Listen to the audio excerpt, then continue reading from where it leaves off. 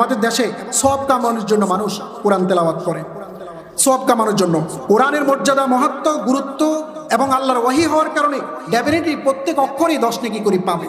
কিন্তু এটার যদি অর্থ না জানে, এটার যদি তাফসীর না জানে, এটা যদি বুদ্ধিভিত্তিক সাইডে তার যাপিত জীবনে তীব্রভাবে যদি প্রভাব বিস্তার না করে, তাহলে এই কোরআন তেলাওয়াত অধিকাংশ ক্ষেত্রেই অন্তঃসার শূন্য হয়। এজন্য দেখা গেছে তাহাজ্জুদ এবং নামাজ পড়া ব্যক্তিরাও কোরআনের অর্থ জানে না। আলহামদুলিল্লাহর সাথে যে সূরাগুলো মিলানো হয় এগুলোর অর্থ জানে না। সৌদি আরব থেকে যারা কোরআন তেলাওয়াত করে, তারা কোরআন তেলাওয়াত করার সময় কাঁদে, মুসল্লিরাও শুনে শুনে কাঁদে। কারণ কোরআনের মর্মবাণী তাদের চিত্তে, তাদের ভাবনায়, তাদের কল্পনায়, তাদের শক্তিতে প্রচণ্ড রকমের প্রভাব বিস্তার করে।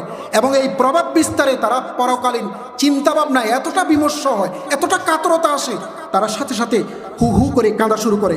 কিন্তু আমরা কাঁদি না। কোরআন যে সহজ, এটা সূরা দোখানের 58 নম্বর আয়াত, সূরা মরিয়মের 57 নম্বর আয়াতে আল্লাহ চমৎকারভাবে সেখানেও তুলে ধরেছেন। এবং কোরআনে 49 বার আকল শব্দটা এসেছে এবং 18 বার ফিকির শব্দটা এসেছে।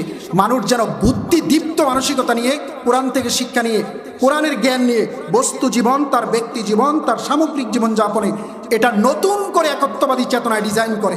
এই কারণেই ভাবনা, চিন্তা, কল্পনা, শক্তি এবং গবেষণার অ্যাপ্রোচকে কোরআন পড়ার জন্য বলা হয়েছে। এবং আমরা যদি দেখি 2016 সাল ডক্টর গ্যারি মিলার কানাডার সাবেক ধর্মপ্রচারক ছিলেন। ইনি কোরআনের একটা আয়াত, সূরা নিসার 82 নম্বর আয়াত, আফালা ইয়াতাদাব্বারুনাল কুরআন ওয়ালাউ কানা মিন ইনদি গায়রিল্লাহ লাওয়াজাদু ফীহি ইখতিলাফান কাসীরা, এই আয়াত পড়ে তিনি ইসলাম ধর্ম গ্রহণ করেছেন এবং শত শত মানুষ তার সাথে ইসলাম ধর্ম গ্রহণ করেছে। এই যে তাদাব্বুর, কম্প্রিহেন্ড নলেজ অ্যাকোয়ারিং করা, এই যে প্রফাউন্ড নলেজ অ্যাকোয়ারিং করা, শব্দের ভিতরে বিচরণ করা, সেন্টেন্সের ভিতরে তার অন্তর্নিহিত রহস্য বের করার যে চেষ্টা করা, এটাইকে বলা হয়েছে আসলে তাদাব্বুর, তাফাক্কুর। কোরআন এতটাই চমৎকার গ্রন্থ, এতটাই তার বর্ণনা শৈলী এতটাই হৃদয়গ্রাহী, চিত্তাকর্ষক, মনোমুগ্ধকর এবং শৈল্পিক সৌন্দর্যের বুননে এত চমৎকার করে কোরআন সাজানো যে কোরআনের একটা বক্তব্যকে বিভিন্নভাবে রিপিটিশন দেওয়া হয়েছে যাতে করে মানুষের শুনতে ভালো লাগে।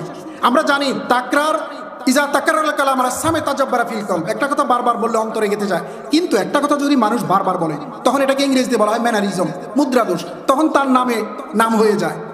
শিক্ষা প্রতিষ্ঠানের শিক্ষক যদি একটা কথা বারবার বলে, ওই নামেই দেখা যাচ্ছে সেই স্টুডেন্টরা তাকে ডাকে। কিন্তু কোরআন এই বিষয়াবলীগুলো মানুষের ভাবনা আর কল্পনার জগৎ একত্ববাদী চেতনায় নির্মাণ করার জন্য তার